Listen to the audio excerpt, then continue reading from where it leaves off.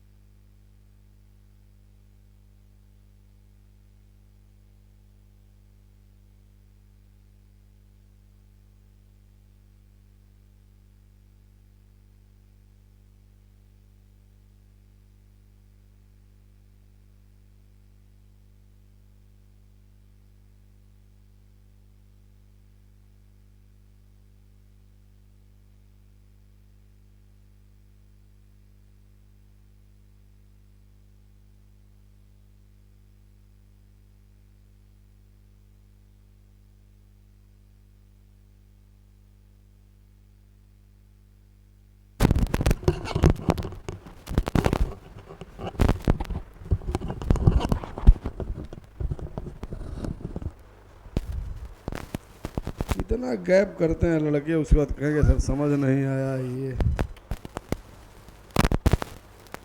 कौन सी। सॉरी।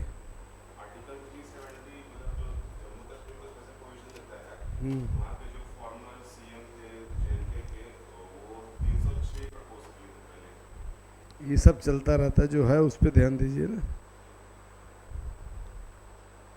समझे कि नहीं समझे?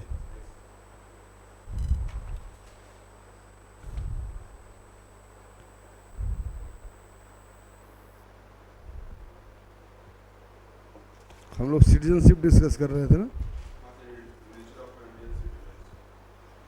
कोई डाउट उसमें? कोई ऐसी चीज है जो आपको ना समझ में आ रही हो?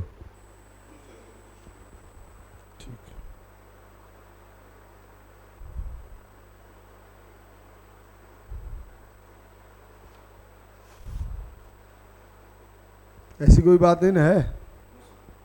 ठीक है।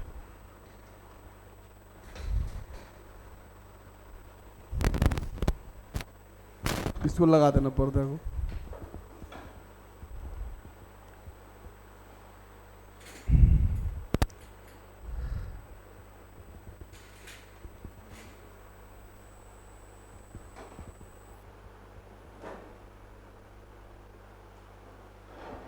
देखिए,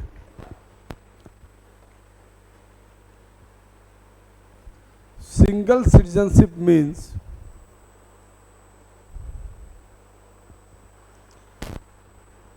all the citizens of nation,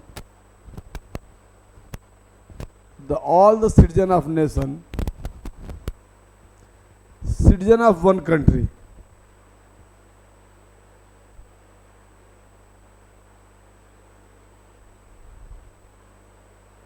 they are not citizen of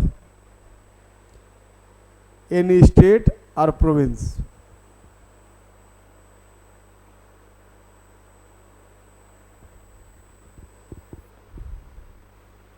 ठीक है? Concept of single citizenship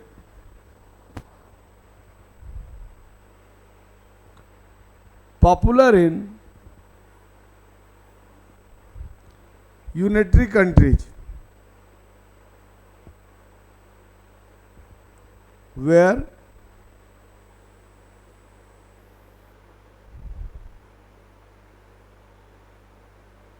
in federal countries like America, Switzerland,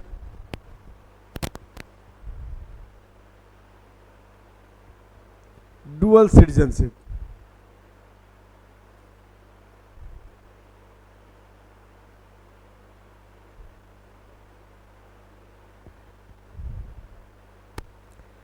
In context of India, we accept single citizenship.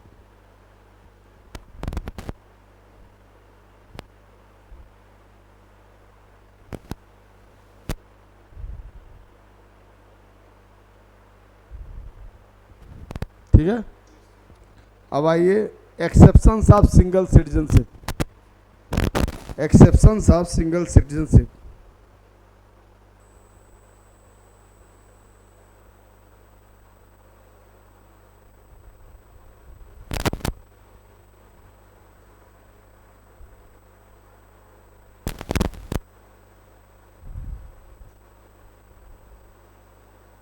इसको छोड़ दीजिए, अब खत्म ही हो चुका है, छोड़ दिया। अब तो जम्मू कश्मीर खत्म ही हो गया, तो जम्मू कश्मीर डुअल सिटीजनशिप थी।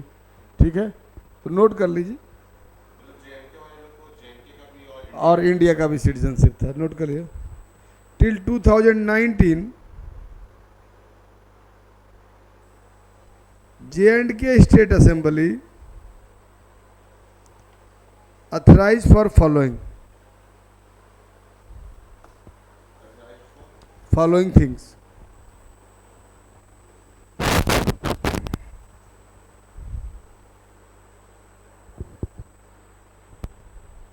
पहला, state assembly of J&K define, state assembly of J&K define who is permanent resident of J&K,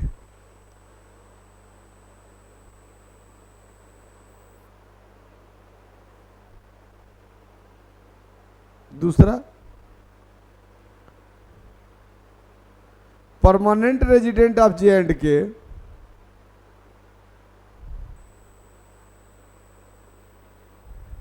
have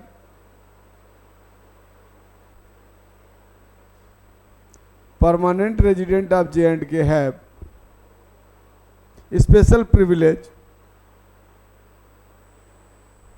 in government jobs, purchase of immovable properties,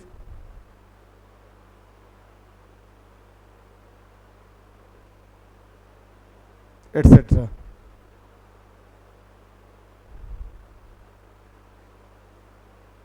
ठीक है, ये सब 2019 के पहले थे, यानी जब 370 था, अब 370 क्या हो गया, घट गया। ठीक है,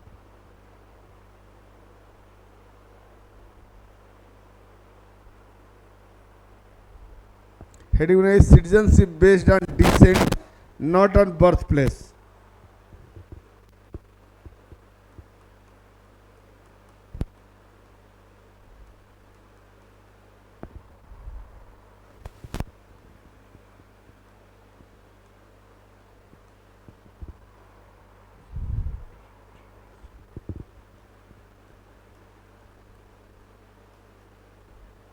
Not on birthplace.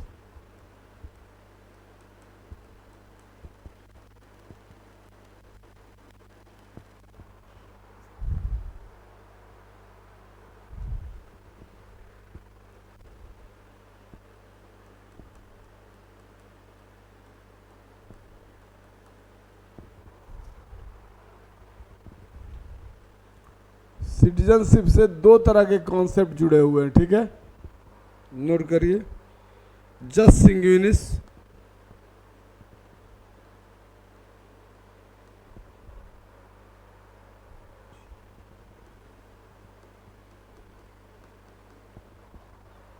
और जस सोलाई।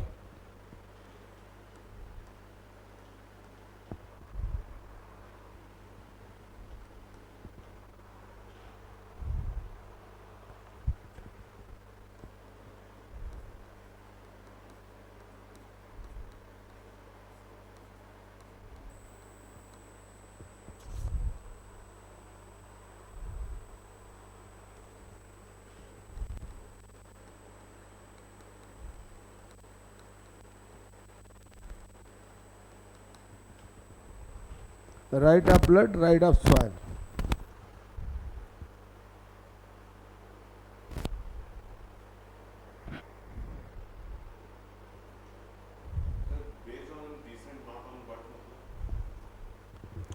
डिसेंट का मतलब होता है वंश क्रम, कि आपके बाप दादा कहाँ से हैं। ठीक है, और बर्थ प्लेस का मतलब है कि आप कहाँ पैदा हुए। क्लियर हुआ? तो दो तरह का कॉन्सेप्ट चलता है, एक जस्ट संग्यूनिस जिसको कहते हैं राइट ऑफ ब्लड।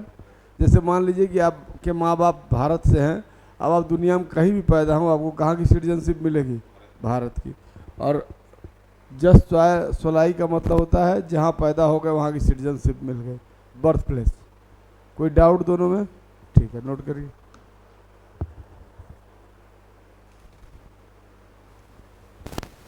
लिख लीजिए इसके नीचे, so many countries decide citizenship on the basis of right of blood.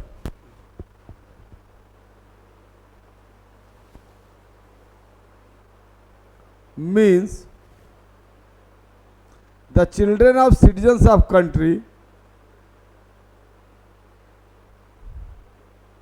consider as citizen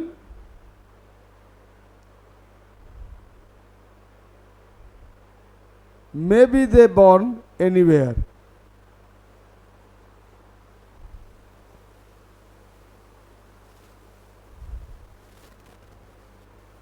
In 19th century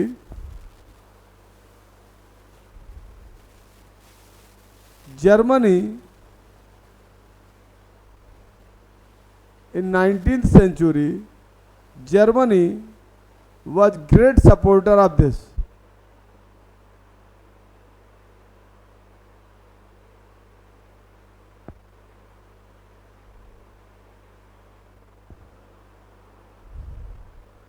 ठीक है, राइट टू सॉइल में आइए.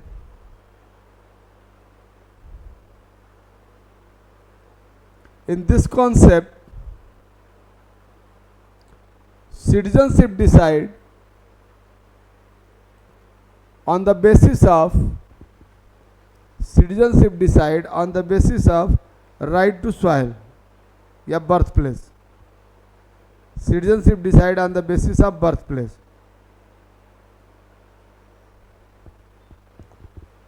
France was great supporter of this concept.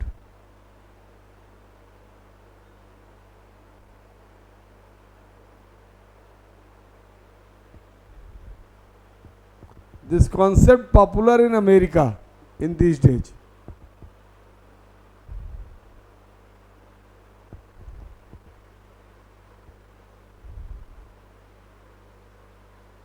हो गया clear?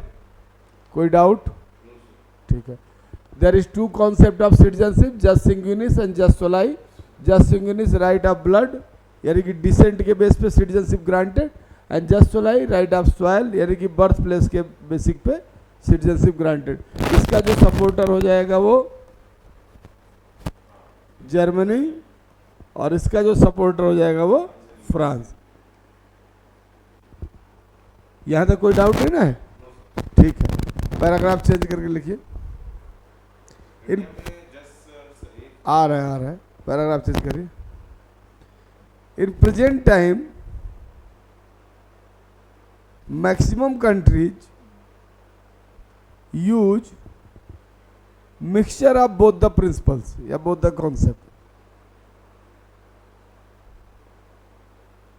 In India concept of jus sanguinis popular than jus soli.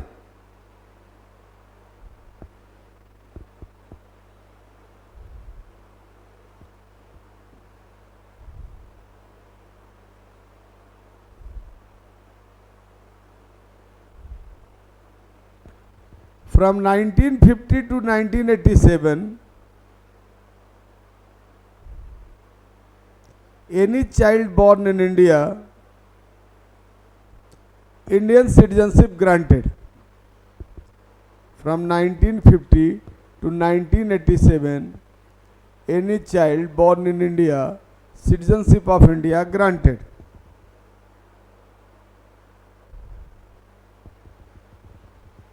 This concept supports,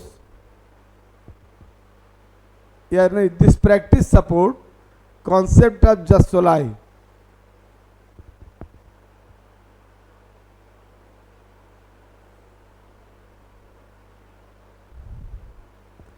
But after 2004,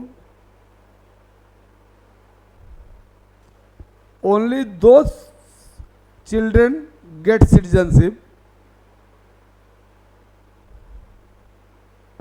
which parents Indian citizen.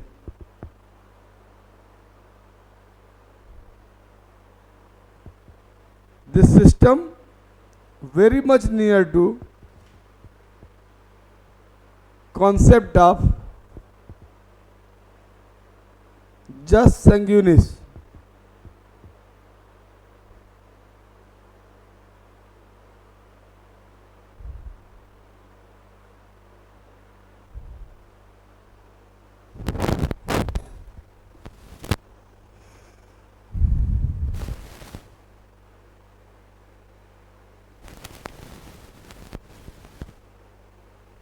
अब सबसे पहले हम वॉच करेंगे कि कॉन्स्टिट्यूशनल प्रोविजंस क्या है सिटीजनशिप को लेके. ठीक है, तो आर्टिकल 5 से 11 में दिया गया है.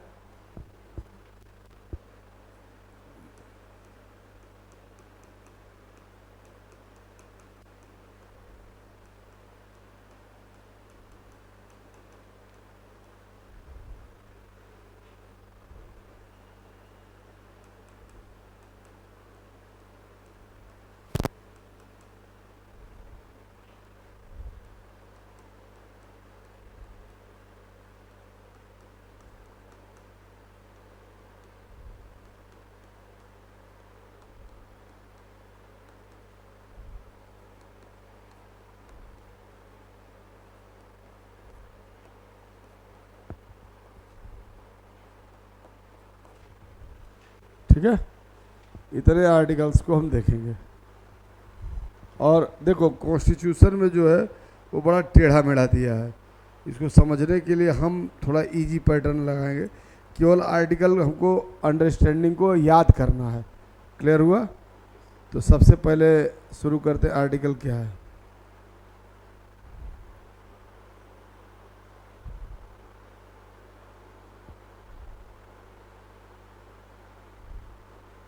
Article 5,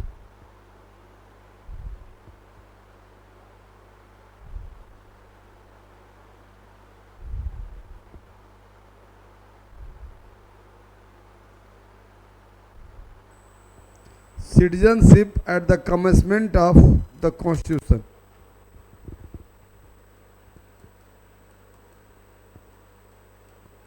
citizenship at the commencement of the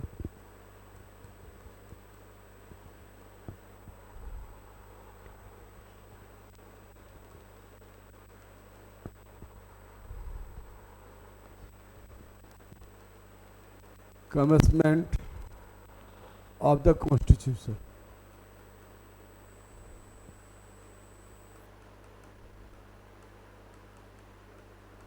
ठीक है, पहले नोट कर लीजिए फिर एक्सप्लेन करेंगे।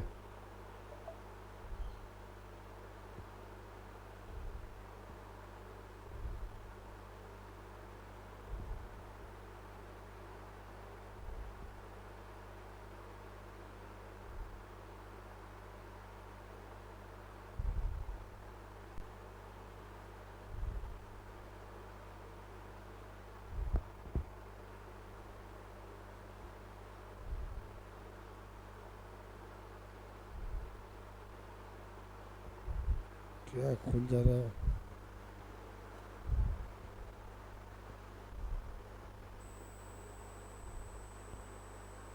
Article 6 of Indian constitution.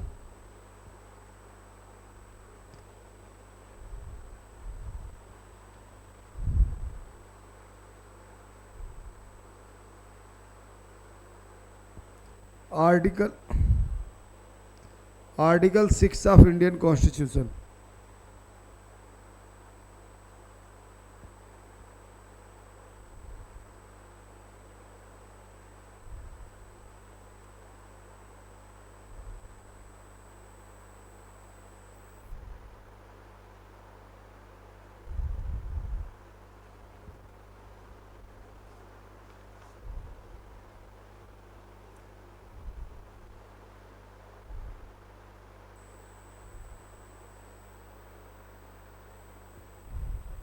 अब देखो, इंडिया पाकिस्तान नाम के दो दोस्त बने थे, तो पाकिस्तान से इंडिया जो आए सिटीजनशिप दी गई, इंडिया से पाकिस्तान जो गए सिटीजनशिप समाप्त, फिर आए सिटीजनशिप दी गई। ठीक है, आर्टिकल 8 जो पाकिस्तान के अलावा अन्य देशों में रखते थे, दुनिया के कहीं भी इनको कहा गया PIO, people of Indian origin. If they come, Indian citizenship granted. Ninth लिखिए, if a person voluntarily acquire citizenship of any other country, Indian citizenship automatically abolish।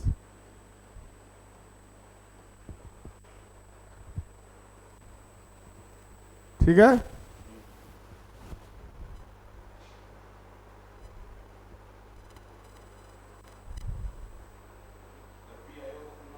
People of Indian origin.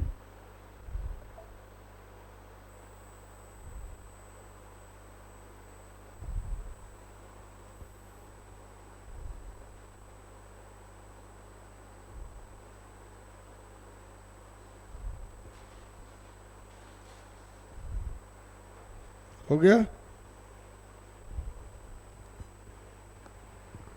10 लिखिए, कॉन्टिन्यूएंस ऑफ सिटीजनशिप।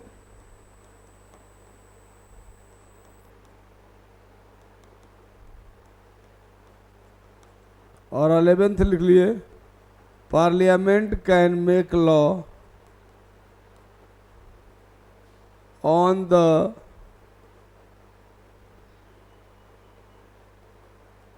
provisions of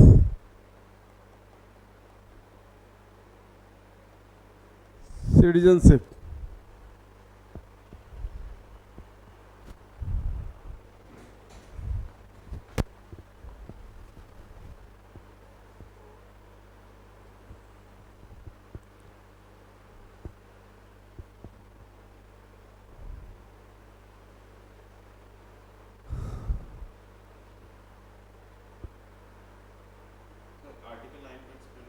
सब explain कर रहे हैं।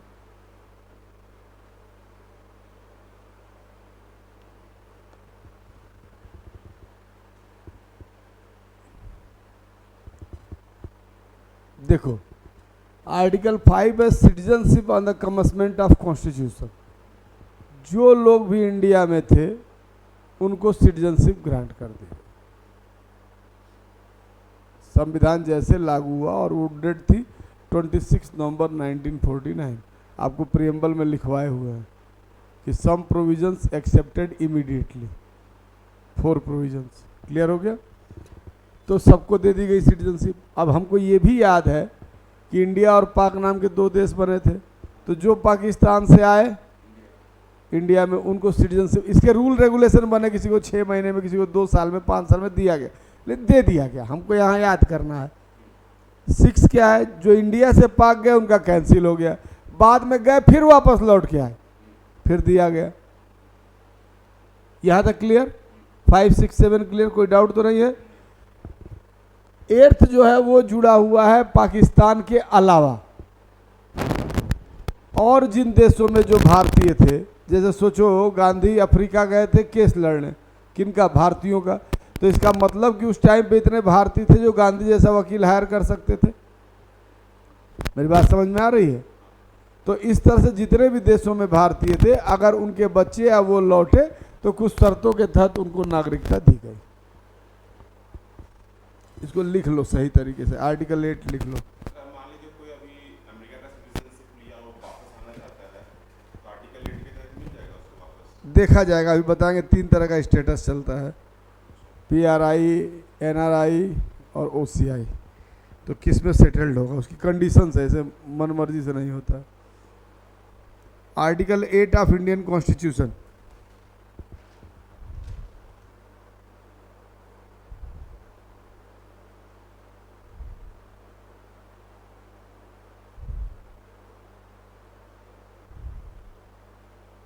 Article 8 of Indian constitution.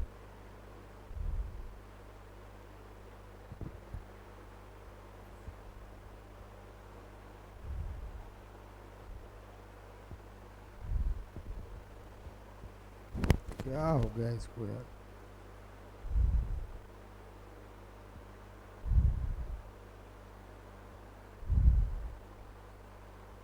लिख लीजिए, this article deals with the citizenship rights of persons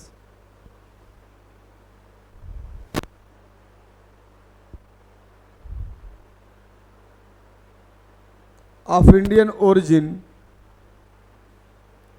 living abroad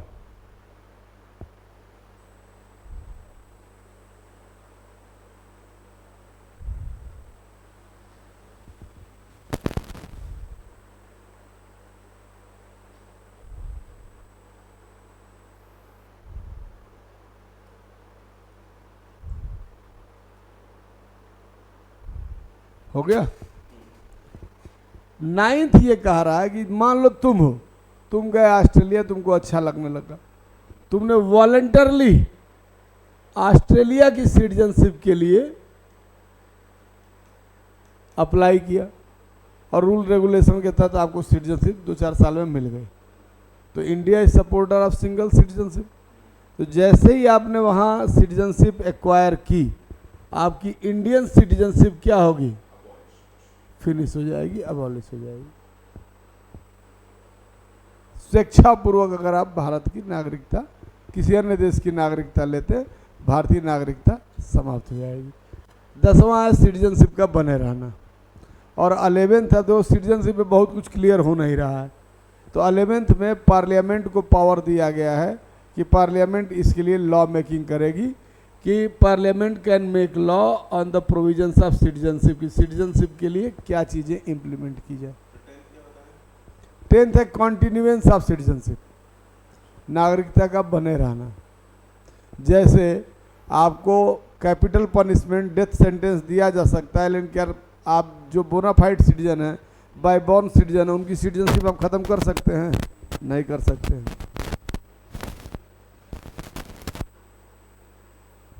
article याद हुए?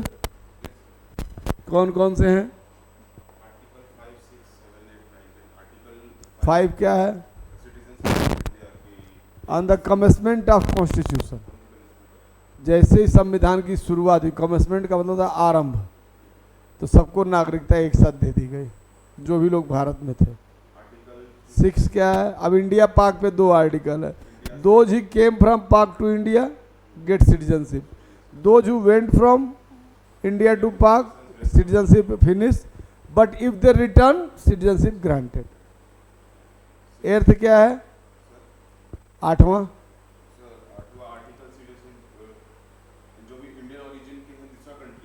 पाकिस्तान के अलावा इंडियन ओरिजिन के, ठीक है। 9th क्या है? स्वतः समाप्त हो जाएगा। 10th क्या है? नागरिकता का। 11th क्या है? इससे कोई भी लॉ मेकिंग जो होगी वो कौन करेगा? पार्लियामेंट करेगी। क्लियर? कोई डाउट? ठीक है। पैसा देके सिटीजनशिप कहीं नहीं मिलती है। वो फंडिंग, हाँ वो होता है, तो वहाँ आपको वो सिटीजनशिप ग्रांट करते हैं, लेकिन उसमें भी आपसे इन्वेस्टमेंट ले लेते हैं उतना। लंदन में है, अमेरिका में, हर जगह है। वो ऐसा ओपनली नहीं है, लेकिन उतना इन्वेस्टमेंट अगर आप वहाँ करते हैं तो वो आपको अपनी सिटीजनशिप दे देंगे। क्लियर हुआ? चलिए,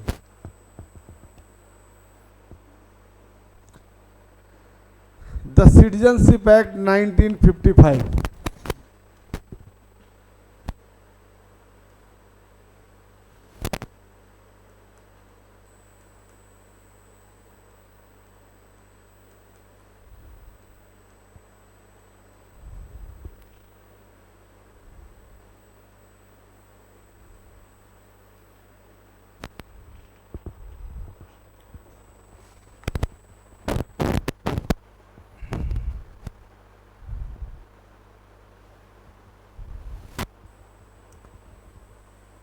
Under Article 11, power, Parliament passed Indian Citizenship Act 1955.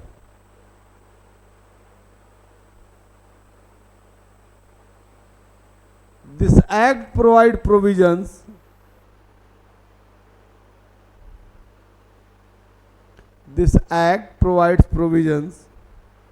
regarding acquisition, termination and other subjects of citizenship.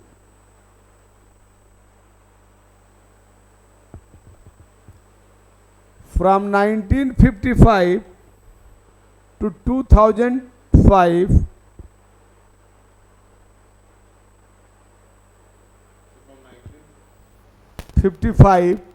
to 2005,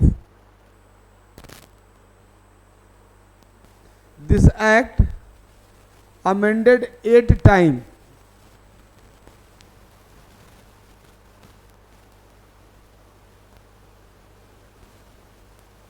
After all these amendments, the provisions are following.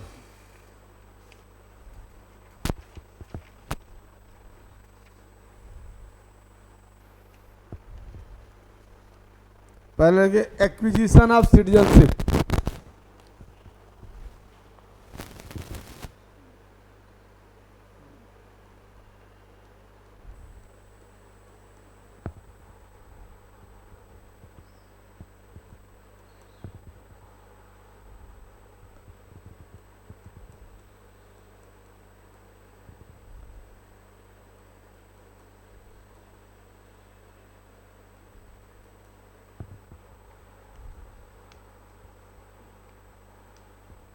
मतलब इंडियन सिटीजनशिप कितने तरीके से एक्वायर की जा सकती है।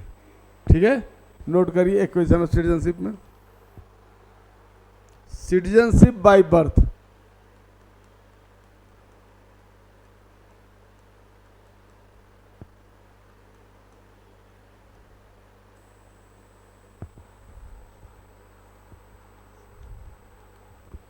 दूसरा सिटीजनशिप बाय डिसेंट,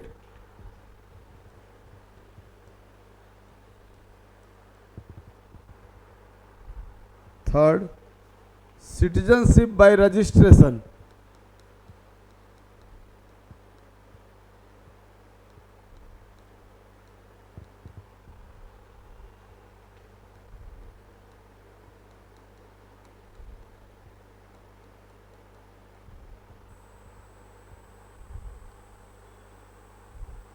फिर citizenship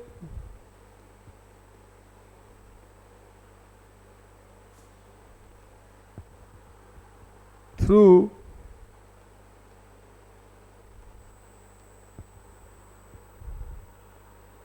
naturalisation,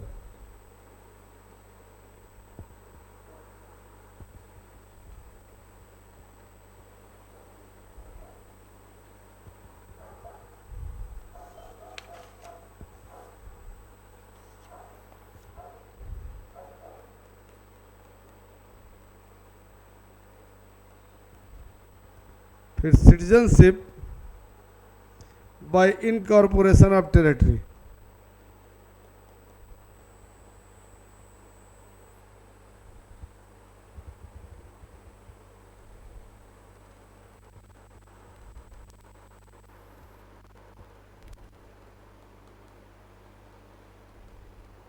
bye incorporation of territory. Bharat में सिटीजनशिप एक्वायर करने के इतने तरीके हैं। पहला, इसमें तो कोई शक है नहीं, सिटीजनशिप बाय बर्थ, जो भारत में पैदा हुआ। सिटीजनशिप बाय डेसेंट, इसमें भी कोई दिक्कत नहीं है, जिसके बाप दादा भारत से हैं। कोई डाउट? बर्थ वाला मतलब कि बाहर से आया फॉरेनर, हाँ, उसका यहाँ बर्थ हुआ। डिपेंड करता है कि अगर वो यहाँ रह रहा है क्या कर रहा है। ठीक है, अब 2004 से इसको बदल दिया गया। 2000 अभी तो लिखवाया आपको कि 2000 से 1950 से लेके 1987 तक क्या नियम था उसमें दे दिया जाता था। अब अगर उसके माता पिता उस तरह का अप्लाई किए हैं या वो भारत के नागरिक हैं तो दोनों को मिक्स कर दिया है हमने। नहीं समझ में आया? ठीक है, तो इन दोनों में कोई डाउट है?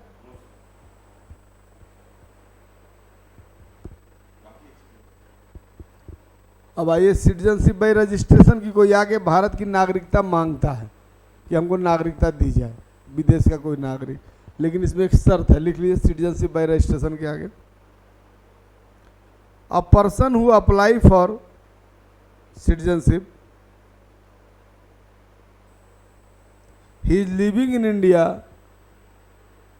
From last 7 year.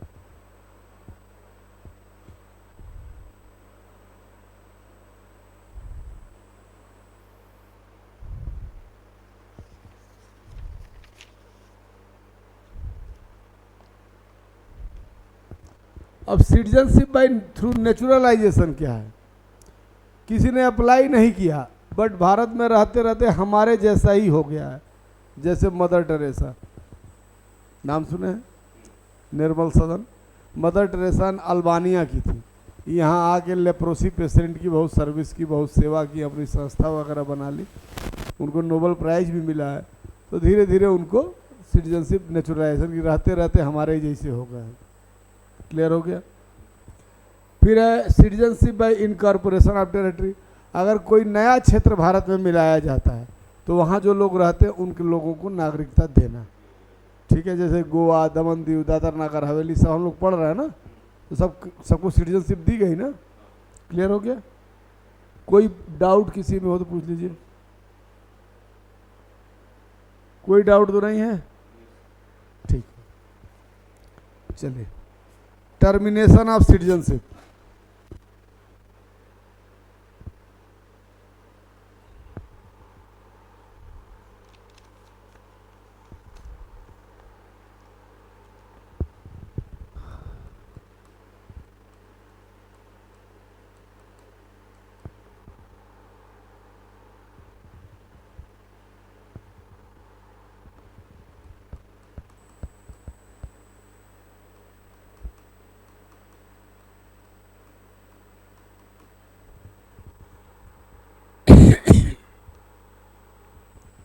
इसको पहला लिखे, रिनंसिएशन ऑफ सिटीजनशिप।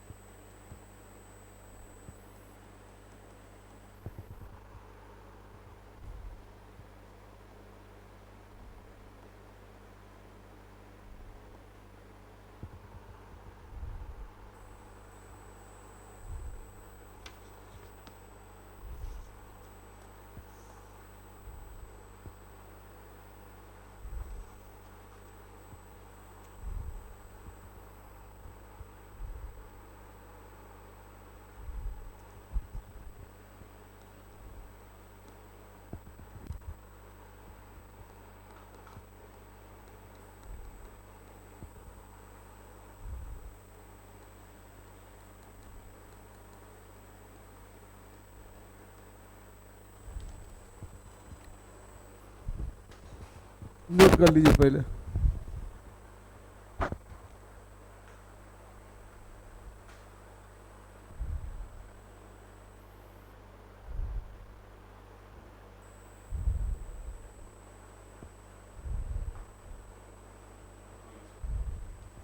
कोई व्यक्ति खुद ही नागरिकता का परित्याग करता है, रिनंसिएशन में होता है परित्याग, कि मैं भारत की नागरिकता छोड़ रहा हूँ, किसी अन्य देश की नागरिकता ले ले।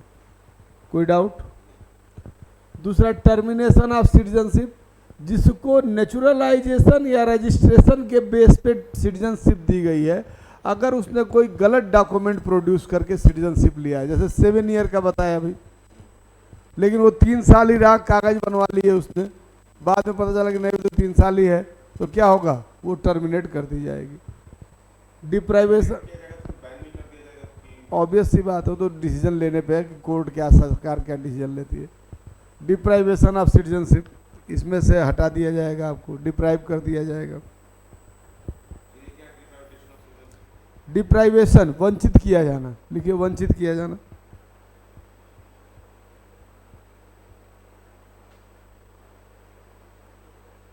If a person gets citizenship on the basis of naturalization, registration or descent, or by incorporation of territory,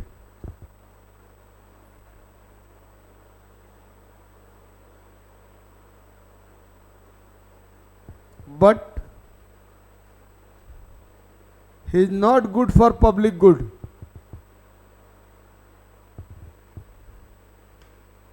government can deprive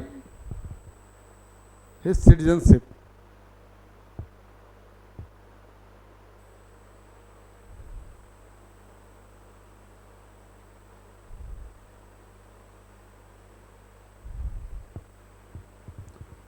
लिख लीजिए ब्रैकेट में, a person who is citizen of India by birth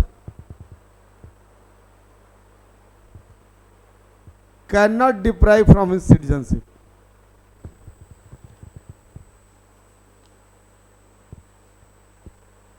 मतलब कि इन 4 को हम क्या कर सकते हैं? सिटीजनशिप से डिप्राइव कर सकते हैं।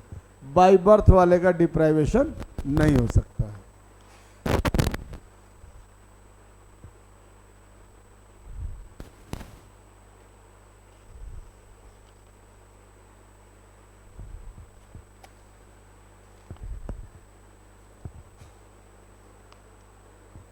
लिखिए, other aspects related with citizenship.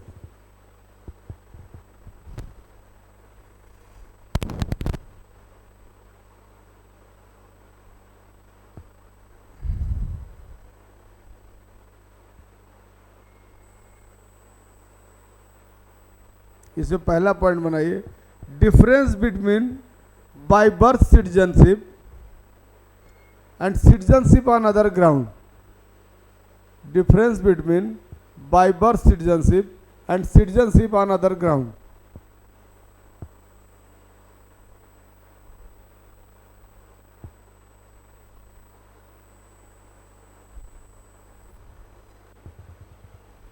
ठीक है, अभी देखे ना, ये अदर ग्राउंड्स हो गए, ये ऊपर वाला बाय बर्थ ग्राउंड हो गया। कोई डाउट तो नहीं जा रहा है?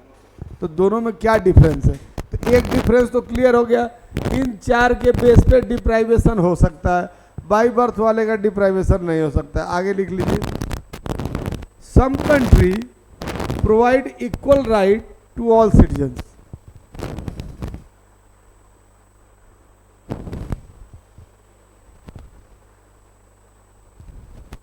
Where some countries provide some special right to by birth citizens.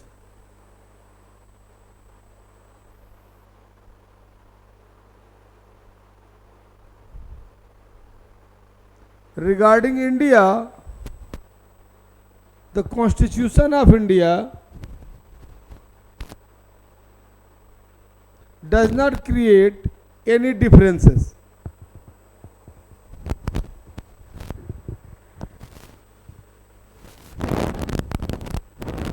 But Section 10 of Citizenship Act,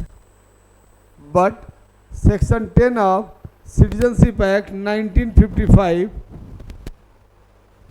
create one difference.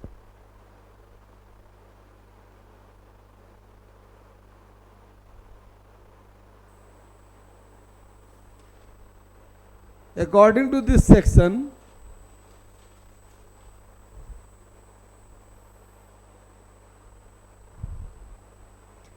by birth citizens never deprived from their citizenship.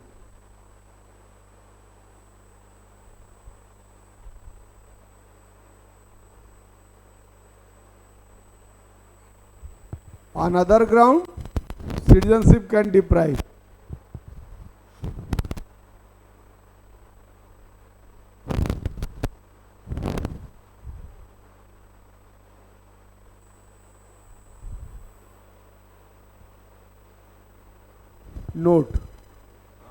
Note America के बारे में लिखा था। In America only by birth citizen can become president और vice president.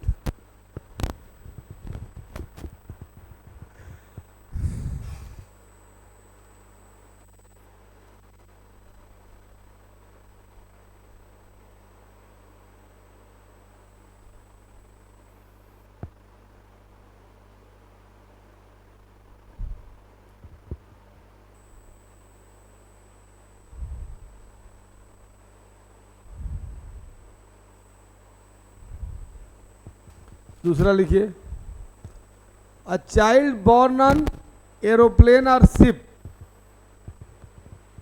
His citizenship.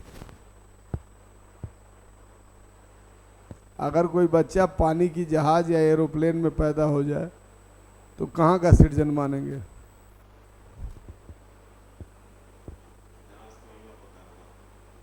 तो कौन सा सिद्धांत फॉलो हुआ? जस्ट सिंग्विनिस। और कहीं कहीं ये भी मान लिया था कि जहाज जिस देश में रजिस्टर्ड है। नोट कर लीजिए, if a child born on any plane और ship during international journey he shall receive citizenship of which country?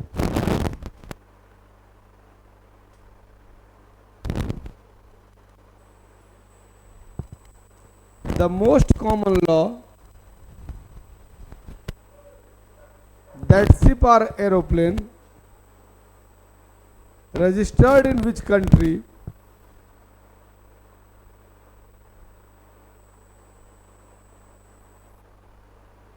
the child will receive the citizenship of that country.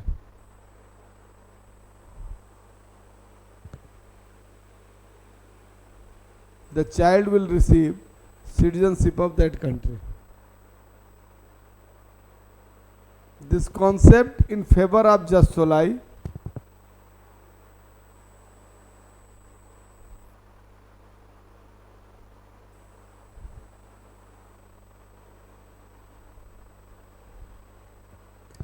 UN is supporter of this concept, and this rule also prevail in America.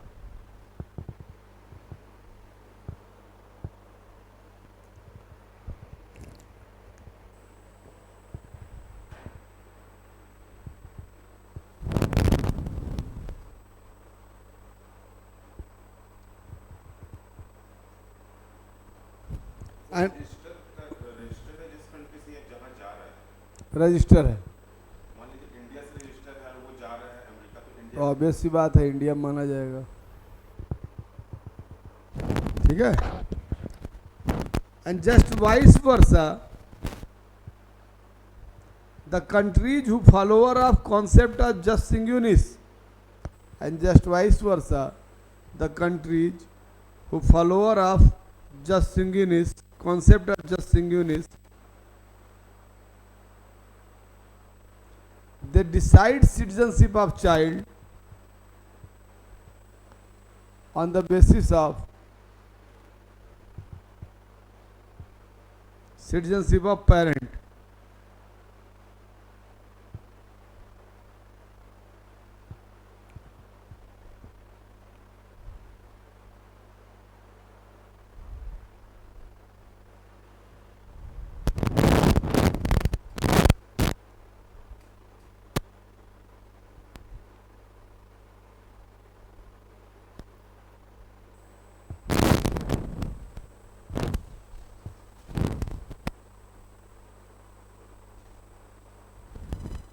ठीक है. Special status of foreign resident अगली heading है. Special status of foreign resident.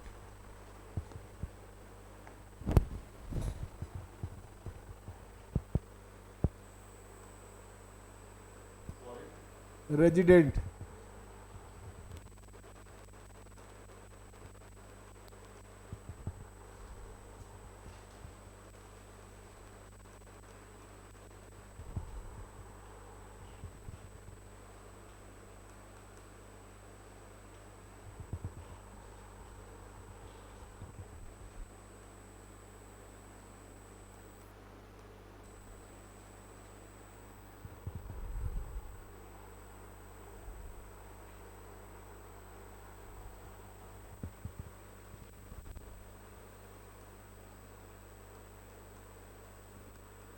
India government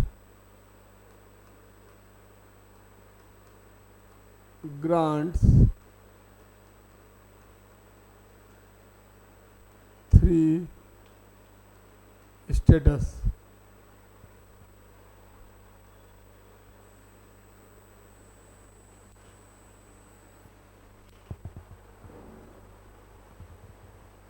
NRI, non-resident Indians.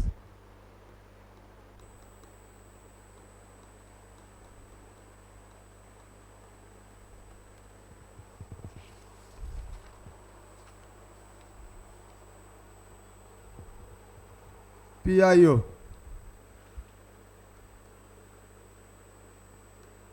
person of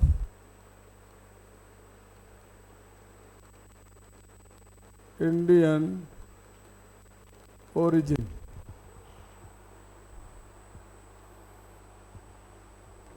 OCI,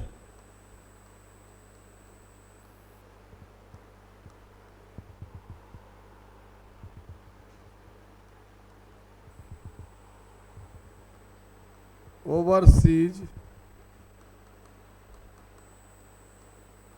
citizens of India.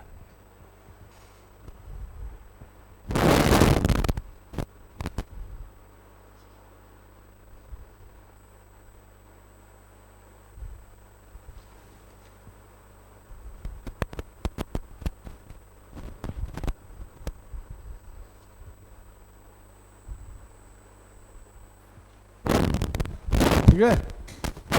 अब ये जो भारत के लोग विदेश में रहते हैं उनको 3 तरह का स्टेटस दिया जाता है, NRI, OCI और PIO। ठीक है, तीनों को क्या फैसिलिटीज, क्या सुविधाएं दी गई हैं, इस पे डिस्कस करेंगे। नोट करिए, NRI में लिखिए the citizen of India,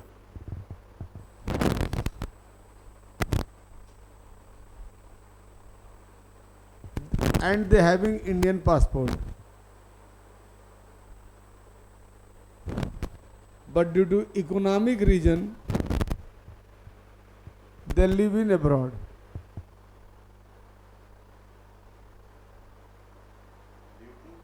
economic reason they live in abroad, मतलब नौकरी के लिए, व्यवसाय के लिए। If a citizen of India live in abroad more than 181 days due to economic purposes, he known as NRI.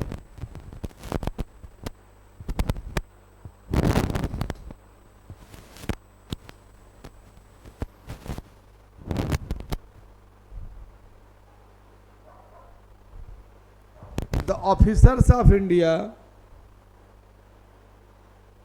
who appoint in UNO and other foreign posts, they also have status of NRI.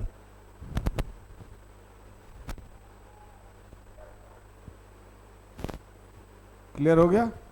अगर भारत सरकार ने भी आपको appoint कर दिया है तो आपका स्टेटस क्या होगा? NRI का होगा। PIOs, अब ये चूंकि भारतीय नागरिक ही हैं तो जब when they return to India तो सिटीजनशिप मिल क्या जाएगा? दे हैं ही सिटीजन यहाँ के। तो इनके लेके एक ही पंगा आता है, राइट टू वोट। क्योंकि ये बाहर रहते हैं तो वोट नहीं दे पाते हैं। अब इनका वोटिंग राइट खत्म तो किया नहीं गया है, तो ये इंटरनेट वोटिंग या पोस्टल वोटिंग की मांग कर रहा है। ऐसे बड़ी संख्या में लोग भारत से बाहर रहते हैं, लाखों में। ठीक है, तो यही एक मुद्दा इनसे जुड़ा हुआ है। बाकी अगर वहाँ है तो NRI है, यहाँ है तो भारतीय। ठीक है, कोई डाउट? ठीक है। PIO, person of Indian origin.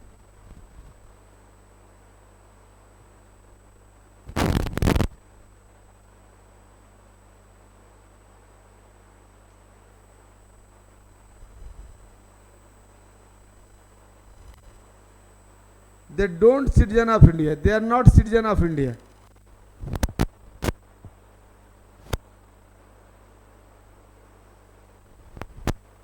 These are those person who was citizen of India in past or his ancestors citizen of India in past, but at present they are citizen of any other country.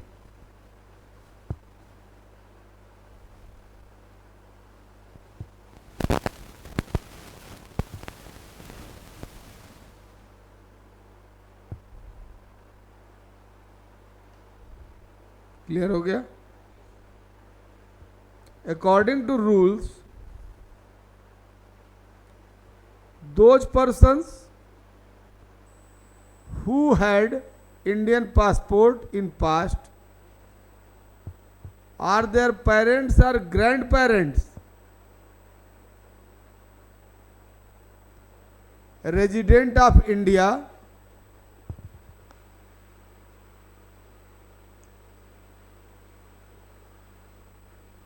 and that India which is defined in Government of India Act 1935.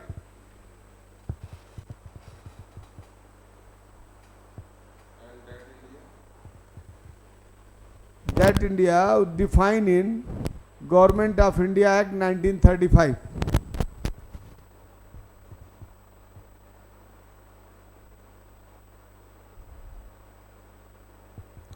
The spouse relation of that person also considered as PIO. The spouse relation of that person also considered as PIO.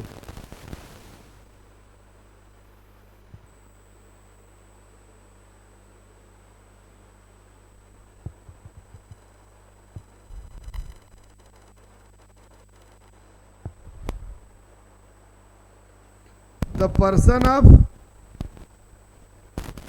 Pakistan, Sri Lanka, Bangladesh, Nepal, Bhutan, Afghanistan and China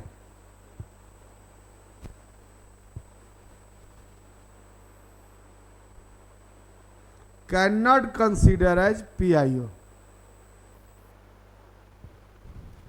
क्योंकि अगर इनको consider कर लेंगे तो क्या होगा, पूरी की पूरी पॉपुलेशन ही PIO बन जाएगी.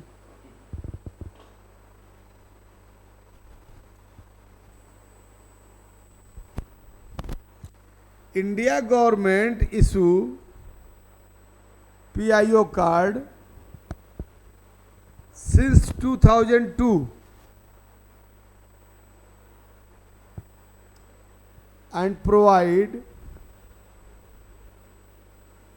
some special facilities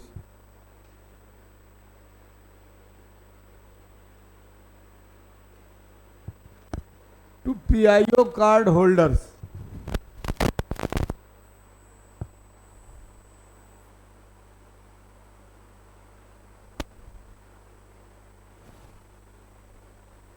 ठीक है. Facilities are following.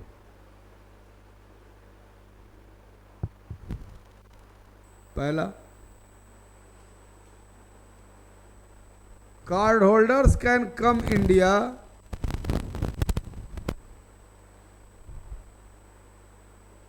without visa.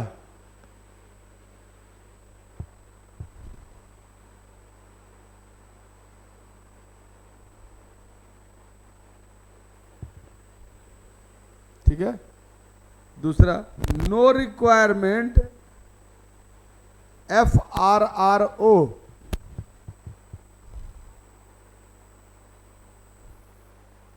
registration for stay 180 days in India. Foreign Regional Registration Officer.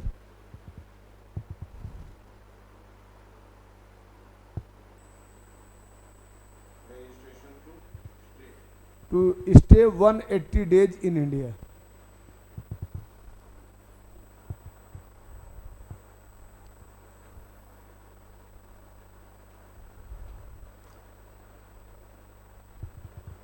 So many economic, financial and educational facilities allowed to them.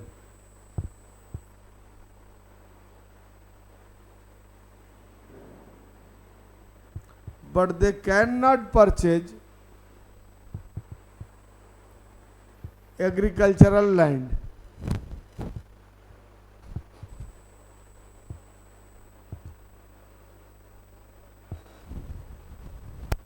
ठीक है. OCI, Overseas Citizens of India.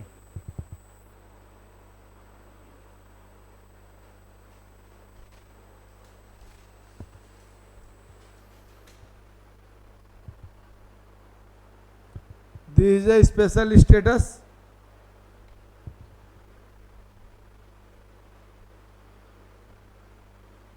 India government started in 2005.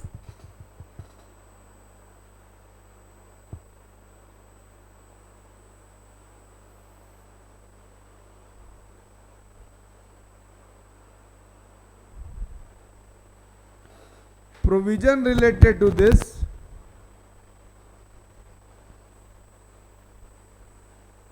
mentioned by an amendment in Citizenship Act 1955.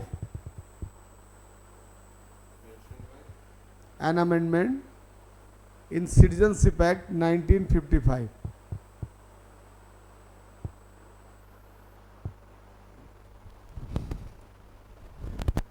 Major provisions following.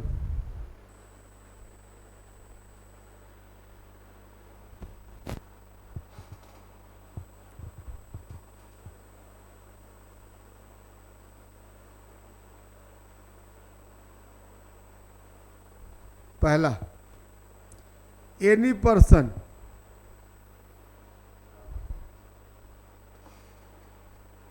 if not citizen of Pakistan or Bangladesh at the time and in past,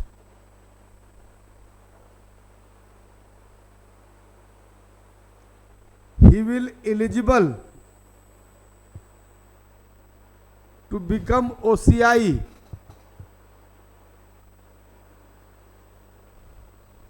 if he fulfill any condition in following.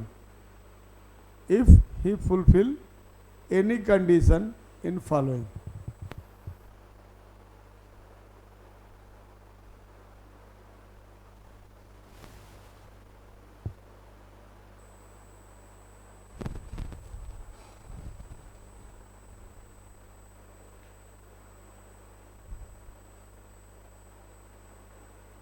ठीक है, समझ में आया?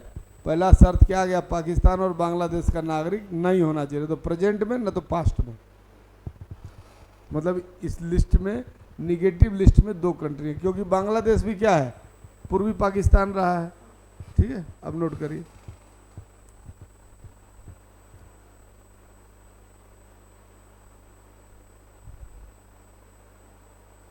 पहला, an adult person who is citizen of any country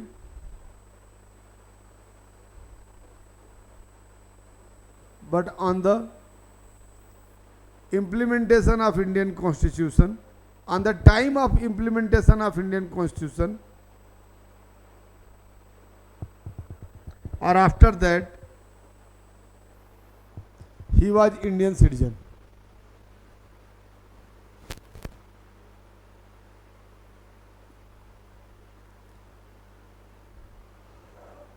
ठीक है?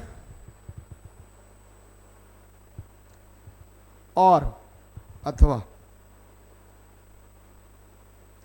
if a person of citizen of any other country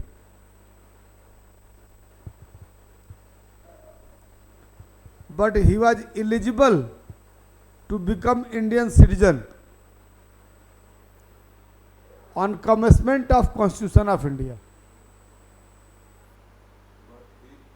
He was eligible to become citizen of India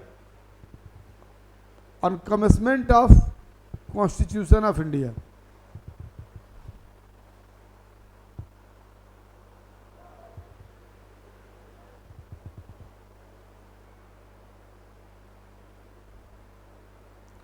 और अथवा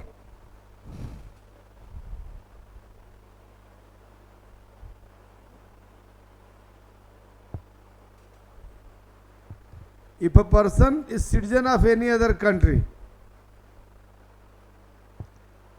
but he belongs to that part which become Indian territory after 15 August 1947.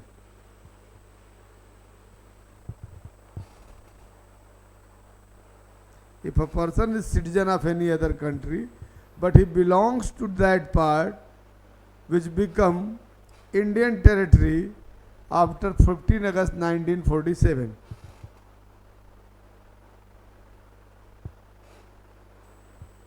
ठीक है? और children and grandchildren of above 3 sections.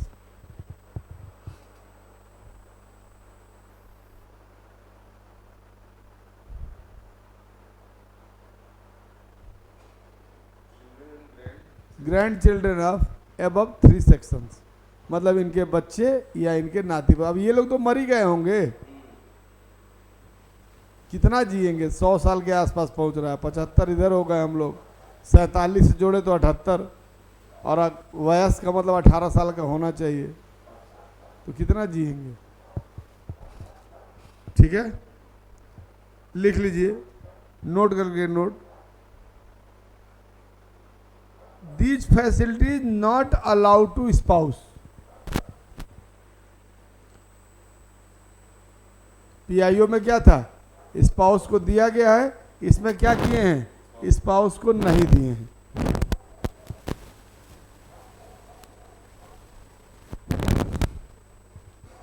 ठीक है, facilities लिख लीजिए, facilities to ओसीआईज।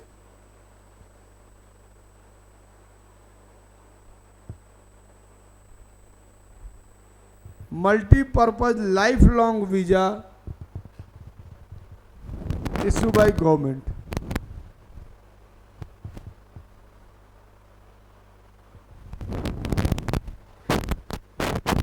They spend any amount of, दूसरा, they spent any amount of time in India, no requirement of FRRO registration.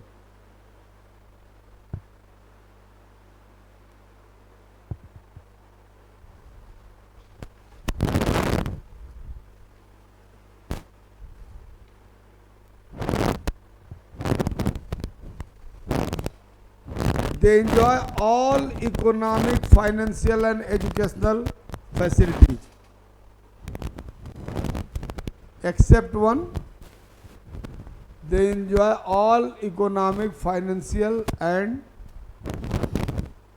educational facilities except one. They cannot purchase agricultural land.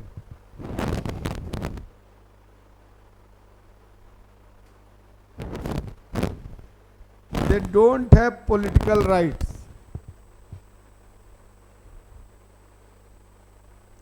Means they cannot vote and they cannot participate in election.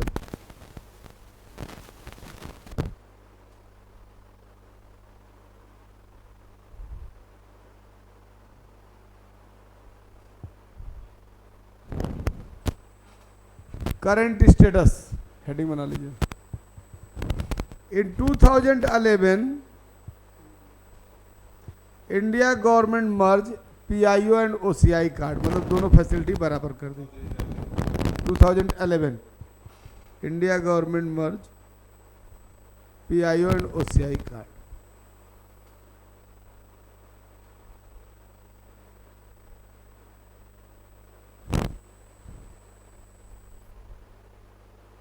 अब heading बनाइए, citizenship amendment act 2019, जिसको लेके बवाल मचा हुआ था। Citizenship amendment act 2019।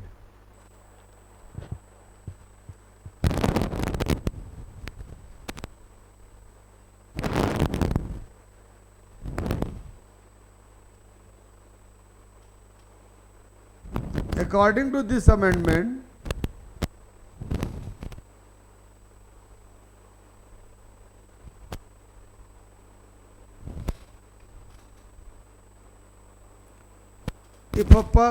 if people came from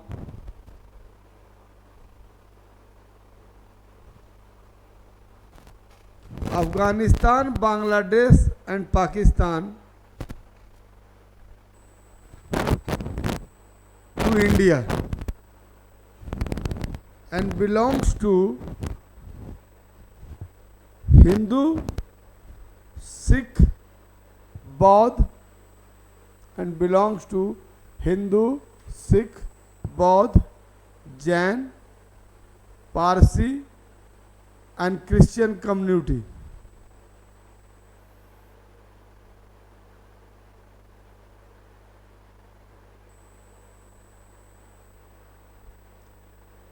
Shall not consider as illegal immigrant.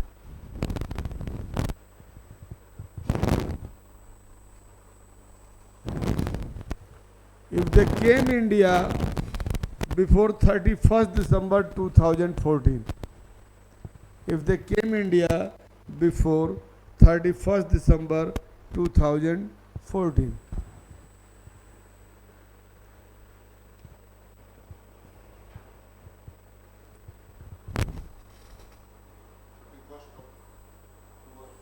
31 दिसंबर।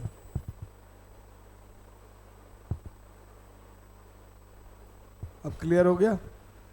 यही पंगा था, मुस्लिमों को छोड़ के सबको क्या कर दिया गया, ग्रांट कर दिया गया कि सिटीजनशिप दे देंगे। बहुत बड़ा बवाल हुआ था इस पे देश में, एनआरसी वगैरह इसी में हल्ला मचा था। चलिए दूसरा point, to provide above advantage to these immigrants, central government allow relaxation in Foreign Act 1946 and Passport Act 1920. In Foreign Act 1946 and Passport Act 1920.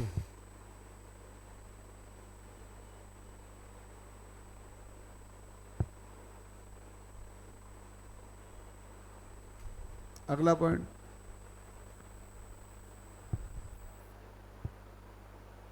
this act provide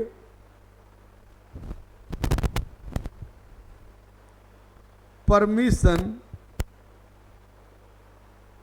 to apply for citizenship by registration or naturalization.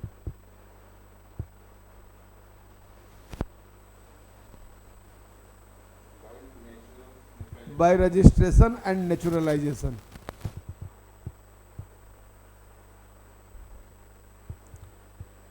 But some eligibilities are compulsory. For example, कुछ शर्तें रखी गई हैं।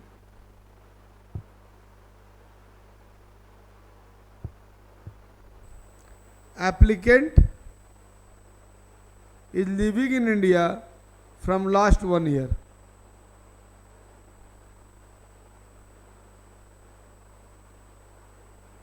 Or anyone in his mother father belongs to India.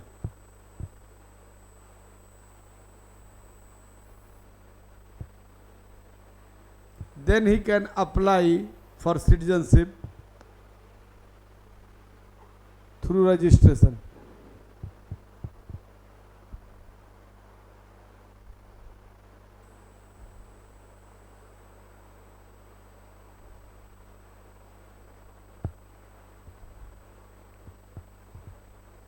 दूसरा, that person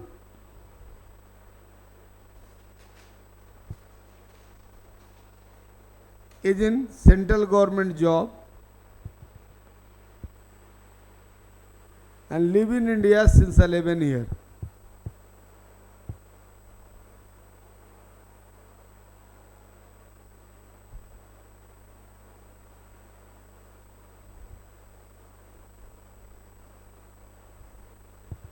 This 11-year time period reduces up to 5 years.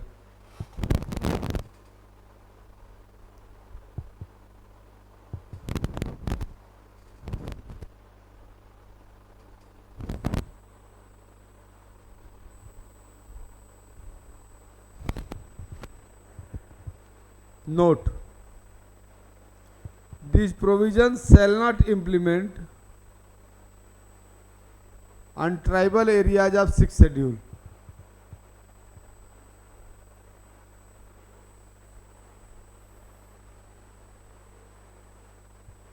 दूसरा, this provision shall not implement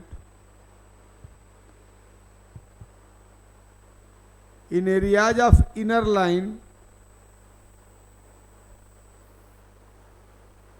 according to Bengal Eastern Frontier Regulation 1873. Bengal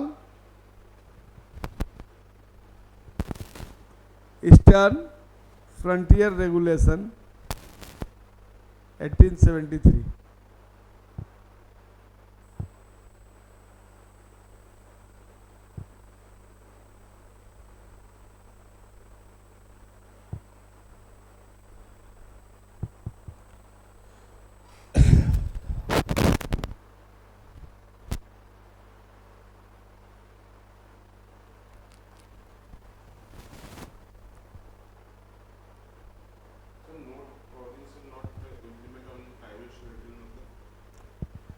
six schedule tribal areas के लिए, तो tribal area में कानून नहीं लागू होता है। देखो इन्फिल्ट्रेशन की प्रॉब्लम कहाँ है समझो, असली प्रॉब्लम यहाँ होती है असम, मेघालय, त्रिपुरा, मिजोरम, बांग्लादेश से। समझ में आया? सर फिर भी इंडिया का सिटीजनशिप तो मतलब पाना इजी हो जाता है लोगों के लिए, तो माइग्रेंट बस बर्थ सर्टिफिकेट बनाना है, आधार कार्ड, फिर पासपोर्ट के लिए अप्लाई करते हैं। कि तुमको लग रहा है जो बाहर से आता है उसके लिए टफ काम है, तुम बोनाफाइड हो इसलिए तुमको लग रहा है कि अरे क्या ही है, तुम ये भी लग सकते हो कि मैं तो प्ले। आधार कार्ड भी मांगता नहीं है वो लोग, बस बर्थ सर्टिफिकेट मांगता है। अरे भाई करप्शन है ना, अब फिर हम डेवलपिंग कंट्रीज हैं, भीड़ बहुत ज़्यादा हमारे यहाँ तो लोग घुस जाते हैं। फिर जो बांग्लादेशी इन्फिल्ट्रेशन की समस्या है, अमेरिका का आदमी थोड़ा सिटीजनशिप लेने आ रहा है तुम्हारे यहाँ, तुमसे खराब वाला ही तो आएगा। यहाँ वाला तो बिके जाता अमेरिका जाएगा, इंग्लैंड जाएगा, इसको व्यवहारिक तौर पे समझो, ऑस्ट्रेलिया जाएगा, कनाडा जाएगा। पंजाब में 90% फैमिलीज के लोग कनाडा हैं, सोचिए। अब हरियाणा में भी शुरू हो गया है, ऑस्ट्रेलिया खूब जा रहे हैं लोग इंडिया से, और जा रह रहे हैं, वहीं सिटीजनशिप ले रहे हैं। कहाँ फैसिलिटी है इंडिया में? सिटीजन फैसिलिटी के नाम पे कुछ नहीं है, पढ़ाई लिखाई के नाम पे कुछ नहीं है। अभी तुम चले जाओ जाके लंदन से कोई डिग्री कर लो, इंडिया अप्लाई करो, तुरंत 5 लाख की नौकरी मिल जाएगी। अजीब टेंडेंसी है, फॉरेन डिग्री देख के नौकरी दे देंगे तुमको, ये रियलिटी है।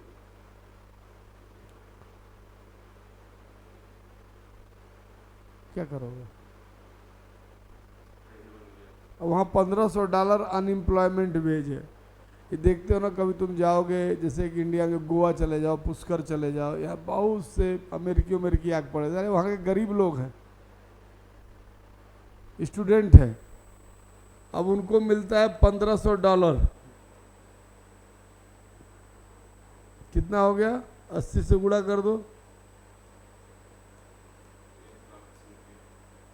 1,20,000। अब ये लड़का लड़की चले आए, कितना आ रहा है इनको? 2.5 लाख रुपए आ रहा है। भारत के किसी भी शहर में 50,000 रुपये में 2 लोग रह लेंगे आराम से, खाना पीना रहना हो जाएगा। और ये 2-2 लाख रुपए अपना सेव करते रहते हैं डॉलर्स में। अमेरिका में लिवलीहुड महंगी है, वहाँ ये अनएम्प्लॉयमेंट वेजेज है। 8-10 महीना रहेंगे, जब इसके बाद 10 लाख रुपए हो जाएगा तो फिर यहाँ से चल देंगे।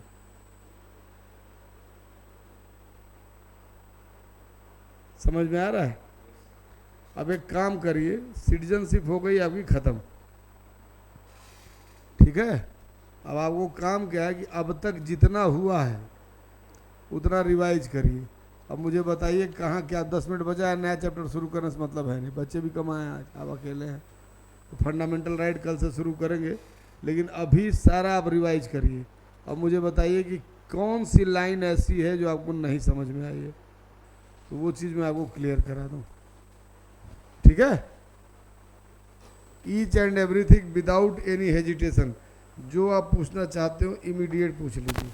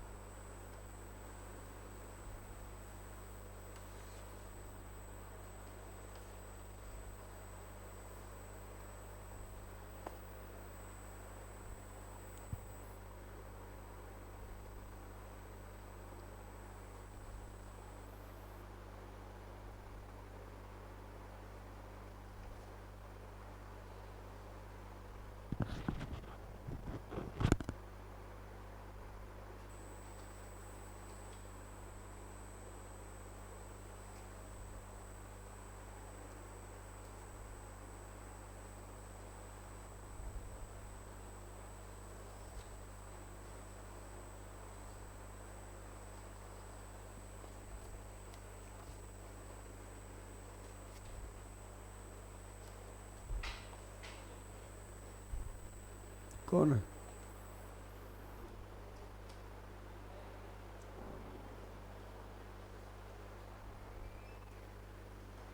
क्या भैया, कहाँ से दर्शन दे दिए तुम लोग?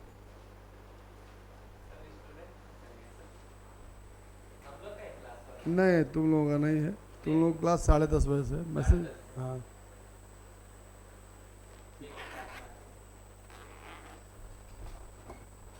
कहाँ एकदम गायब हो जाता है, फिर तुम लोग दिख जाता है। नहीं नहीं, हमारा ही है।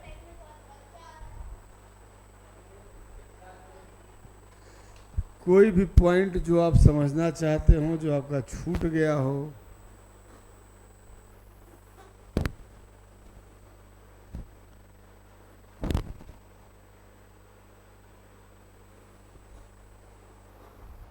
तो प्रीएम्बल को हम लोग मतलब एक कॉन्स्टिट्यूशन का एक जैसे छोटा सा दिया था introduction. Brief expression, philosophy of the constitution भी कहते हैं। मतलब संविधान का उद्देश्य क्या है ये बताता है प्रियम्बल। यूनाइटेड किंगडम को हम लोग रिपब्लिक नहीं बोल सकते, क्योंकि वहाँ पे हेड जो कॉन्स्टिट्यूशनल मोनार्की है ना, संवैधानिक राजतंत्र है, क्योंकि वहाँ पे राजा हेड है। Republic of India, Republic of US. हाँ, रिपब्लिक ऑफ यूएस बोलते हैं, इंडिया बोलते हैं, उसको नहीं बोलेंगे।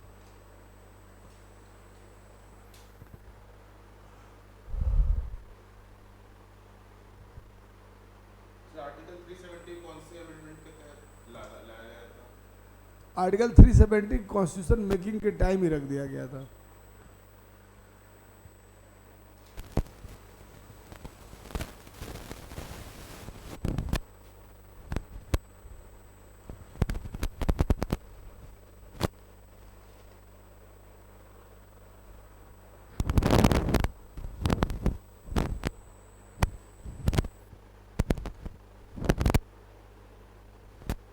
आर्टिकल 239 एबी के तहत दिल्ली को नेशनल कैपिटल बनाया गया था, टेरिटरी। तो वो जब इंडिया इंडिपेंडेंट हुआ तो उस टाइम नेशनल कैपिटल कौन दिया था? देखो, ऐसा है कि जैसे काम चल रहा था, काम शुरू हो गया। जैसे दिल्ली था, पहले दिल्ली नई दिल्ली कहा जाता था, उसको बदल दिया गया, national capital territory of Delhi कर दिया गया, एनसीटी दिल्ली। लीगली एक दे दिया गया। लीगली का पहले भी लीगल था। पहले मान लो तुम्हारा किसी जगह, जैसे उड़ीसा था, नाम बदल के ओडिशा कर दिया गया। पौंडीचेरी था, नाम बदल के पुदुचेरी कर दिया गया। पाटलिपुत्र था, धीरे धीरे पटना हो गया। तो समय के साथ अब नाम बदलने का जो अधिकार है वो सेंट्रल गवर्नमेंट के पास है। तो पहले दिल्ली नई दिल्ली का, पहले दिल्ली बना, फिर नई दिल्ली बना। दिल्ली मतलब क्या है? मुगल, जो लाल किला, चांदनी चौक, ये सब है। जब ब्रिटिश आए तो बनाए न्यू दिल्ली।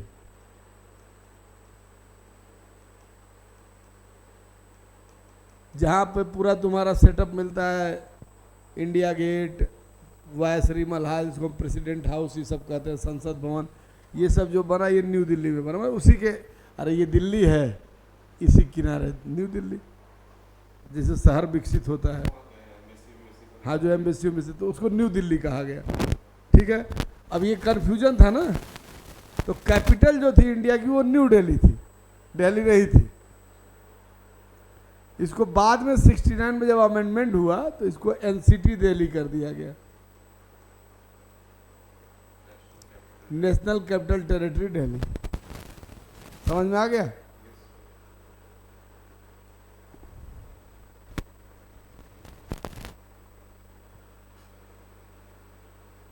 अच्छा, जो ये article 371 A B C D सबसे स्पेशल प्रोविजंस मिला है, इसको क्या क्या मिला उसको भी लर्न करना जरूरी है। ये आपको पढ़ाएंगे 371, जब पढ़ाएंगे लास्ट की क्लासेस में बताएंगे ये सब।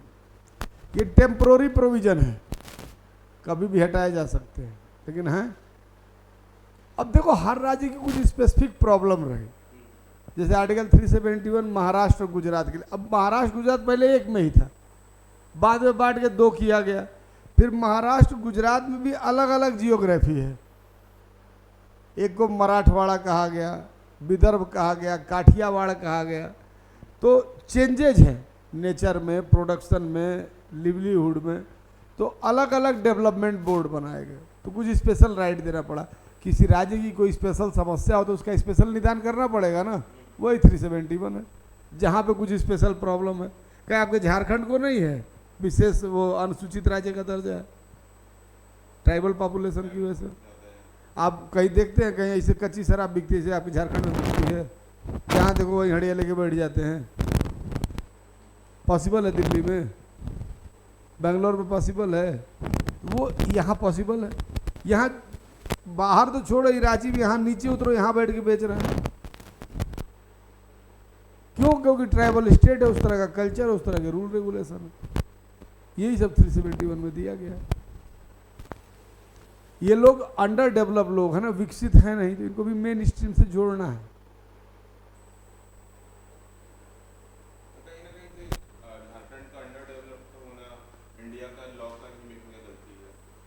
देखो दोष सोच देना अलग बात है, लोगों की भी गलती होती है।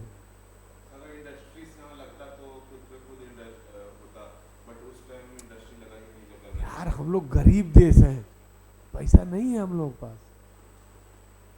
अब नया नया अभी बच्चे हो भी नहीं जान रहे हो, जानते हो तुम्हारा समस्या क्या है?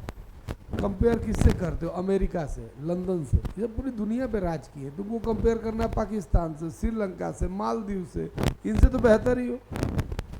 अफ्रीका के देशों से। द्वितीय विश्व युद्ध के बाद तुम आज़ाद हुए, तुम्हारा 400 साल इकोनॉमिक एक्सप्लॉयटेशन हुआ है, अंग्रेज, डच, फ्रेंच सब लूट लूट के ले गए हैं, तो है कहाँ जी पैसा तुम्हारे पास? कर क्या लोगे? और 91 के बाद से एलपीजी जब हुआ तब तो इस देश में पैसा आया थोड़ा बहुत। अब एजुकेशन आ गया, अच्छा इंफॉर्मेशन टेक्नोलॉजी रिवोल्यूशन हो गया, तो सीधे बैठे बैठे यहाँ से अमेरिका इंग्लैंड देख रहे हैं, तो तुलना वहाँ से आप कर रहे हैं। आपको अफ्रीका से तुलना करनी है। हाँ वो 250 साल पहले आज़ाद हुए, लड़े हैं पूरी दुनिया में घूम घूम के, आप किए ही सब, वो डिस्कवरीज किए हैं, तो इसको क्या नहीं समझते हैं? खाली गवर्नमेंट पॉलिसी, भारत सरकार का पैसा है। आपको लगता है कि एजुकेशन 2009 में बनना चाहिए था, आज़ादी के समय नहीं बनना चाहिए था? Right to education, right to education compulsory कर दिया गया है, फंडामेंटल राइट 21A 2009 में इसके लिए एक्ट पास किया गया। अब सरकार की जिम्मेदारी है पढ़ाना 6 से 14 वर्ष के बच्चों को, और पढ़ा रही है सरकार, खोज खोज के पढ़ा रही है, और इस पर हजारों करोड़ रुपया एवरी ईयर खर्च होता है। तो आपको क्या लगता है कि 1947 में एजुकेशन की जरूरत नहीं थी? सब लोग पढ़े लिखे थे, थी, पैसा ही नहीं था। तुमको नहीं मर्सिडीज चाहिए? चाहिए ना, खरीद लो, है पैसा? नहीं है, तो ये प्रॉब्लम है ना, सीधी सी बात है। हम समस्याएं नहीं देखते, क्लेम करना सरकार को शुरू कर देते हैं। जो वर्ल्ड बैंक बना हुआ है, वर्ल्ड बैंक में इंडिया का स्टेटस जानते का? HIPC, हाईली इंडेट पुअर कंट्री, अभी भी अति ऋणीकृत निर्धन देश। ये तो गरीब भी, उसे कर्जा भी लदा हुआ है तुम्हारे पे। उससे क्या हुआ? आबादी भी तो है, यूपी से ज्यादा आबादी दुनिया में सिर्फ 4 देशों की है। उत्तर प्रदेश से ज्यादा आबादी, 5वें नंबर पे उत्तर प्रदेश है। सोचिए, हमारी जिम्मेदारी भी लोगों को खाना खिलाना है। 5-10% पढ़ लिख लिए और थोड़ा अंग्रेजी बोलने लगे तो इससे थोड़ा डेवलपमेंट हो जाता है। निकलो अभी रांची के बाहर देख लो डेवलपमेंट का स्तर, अभी भी ताड़ी और शराब चुआ रहे हैं बैठ के, अभी के मस्त पड़े हुए हैं। हंस कर वास्तविकता बता रहा हूं।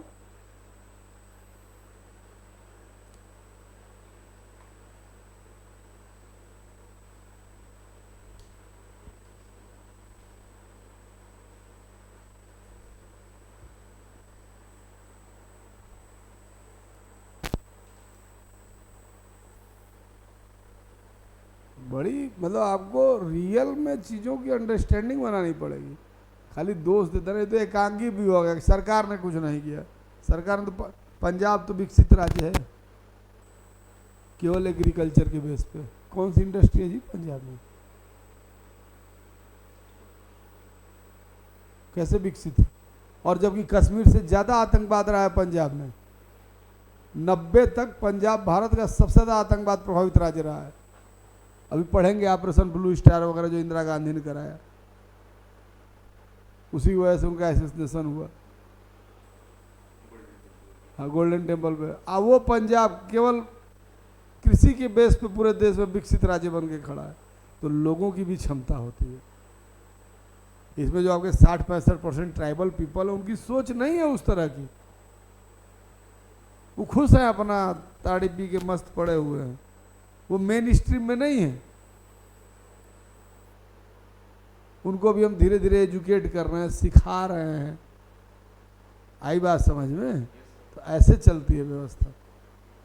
उनको अभी मॉडर्नाइज कर दो, पता लग सुसाइड कर लेंगे, जी ही नहीं पाएंगे। अच्छा, जो पढ़े लिखे लोग हैं एक्सप्लॉयटेशन कर देंगे। तभी तो CNT एक्ट आया कि आदिवासी की जमीन आप खरीद ही नहीं सकते हैं। क्यों? क्योंकि वो भोले भाले लोग हैं, उनको समझ ही नहीं पता है, बाजार मार्केट जान नहीं रहे हैं, अनपढ़ है। तो पढ़ा लिखा तेज तर्रार आदमी क्या करेगा? उनके रिसोर्सेस का एक्सप्लॉयटेशन कर देगा।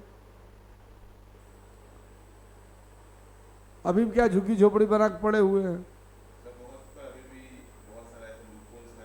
हाँ, बहुत सारे अनगिनत। देखो लूप होल है, लेकिन कानून भी तो है। आज नहीं तो कल वो वर्ग पढ़ेगा और जब सक्षम होगा तब क्लेम तो करेगा। प्रोटेक्शन तो है ही उसके पास। आखिर SC ST आने लगे ना, SC आ गए ना मिनिस्ट्री में। आज SC को SC नहीं कह सकते, अब हरिजन एक्ट लग जाएगा तुरंत। सत्ता मिली ना उनको। मायावती, काशीराम, अंबेडकर के इतने प्रयासों के बावजूद सत्ता मिली जाके। अंबेडकर से मूवमेंट शुरू हुआ तो बेहतरी तो हुआ। तो जैसे हम कहते हैं SC ST OBC, तो OBC तो अब कहीं से पिछड़ा नहीं रह गया है। पॉलिटिकल वो कर दे तो अलग बात है, इनमें तो अब आर्थिक भेदभाव चल रहा है। SC भी धीरे धीरे मेन स्ट्रीम में आ गया, पूरे देश का SC शेड्यूल कास्ट। अब हमको ST को लाना, इसको इन दोनों को हमको 75 साल लगा है, अगले 25-30 साल में इनको भी ले आएंगे मेन स्ट्रीम में। अब बताओ तुम्हारा विजन बदला कि नहीं? वो जो 4 डे स्पीच सुन लेते हो यूट्यूब पे कि बिहार में इंडस्ट्री है, सरकार के पास पैसा कहाँ है यार इंडस्ट्री लगाने के लिए? आज नहीं है, तुम आजादी के समय की बात कर रहे हो।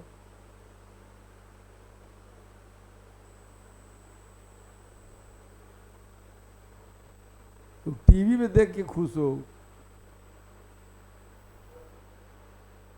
और दूसरे हमने पॉपुलेशन इतनी पैदा कर रखी है। अभी भी हमारे भूखमरी समस्या। सरकार की स्कीम से देख लो ना, सरकार अनाज बांट रही है, मतलब लोगों के पास खाने को नहीं है। तुम्हारे पास है इसलिए तुमको नहीं लग रहा है।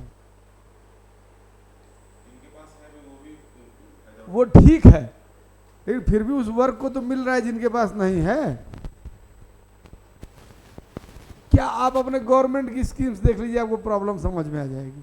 मिड डे मील, स्कूलों में बच्चों को खाना खिलाया जा रहा है कि चलो पढ़ने नहीं तो खाना खाने ही आओ,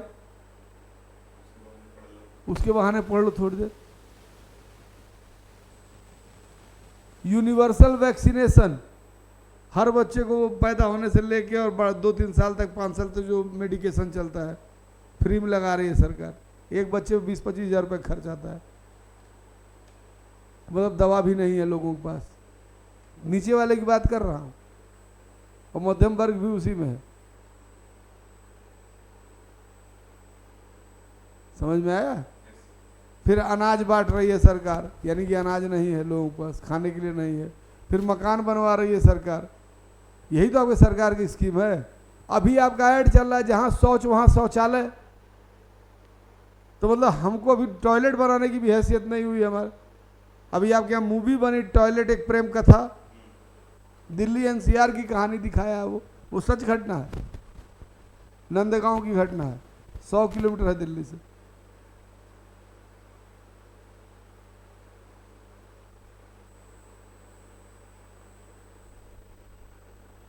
प्रॉब्लम समझ में आई? सैनिटेशन, झाड़ू पोछा, अभी तो सरकार यही करने में लगी है। कहाँ डेवलपमेंट जैसे होता है 140 करोड़ लोग ओलंपिक का पदक नहीं आ पाया, अरे कहाँ ओलंपिक के पदक के लिए तुम काम कर पा रहे हो? फैसिलिटी ही नहीं दे पा रहे हो। तो तुम्हारी समस्या अभी रोटी कपड़ा मकान में उलझे हुए हो।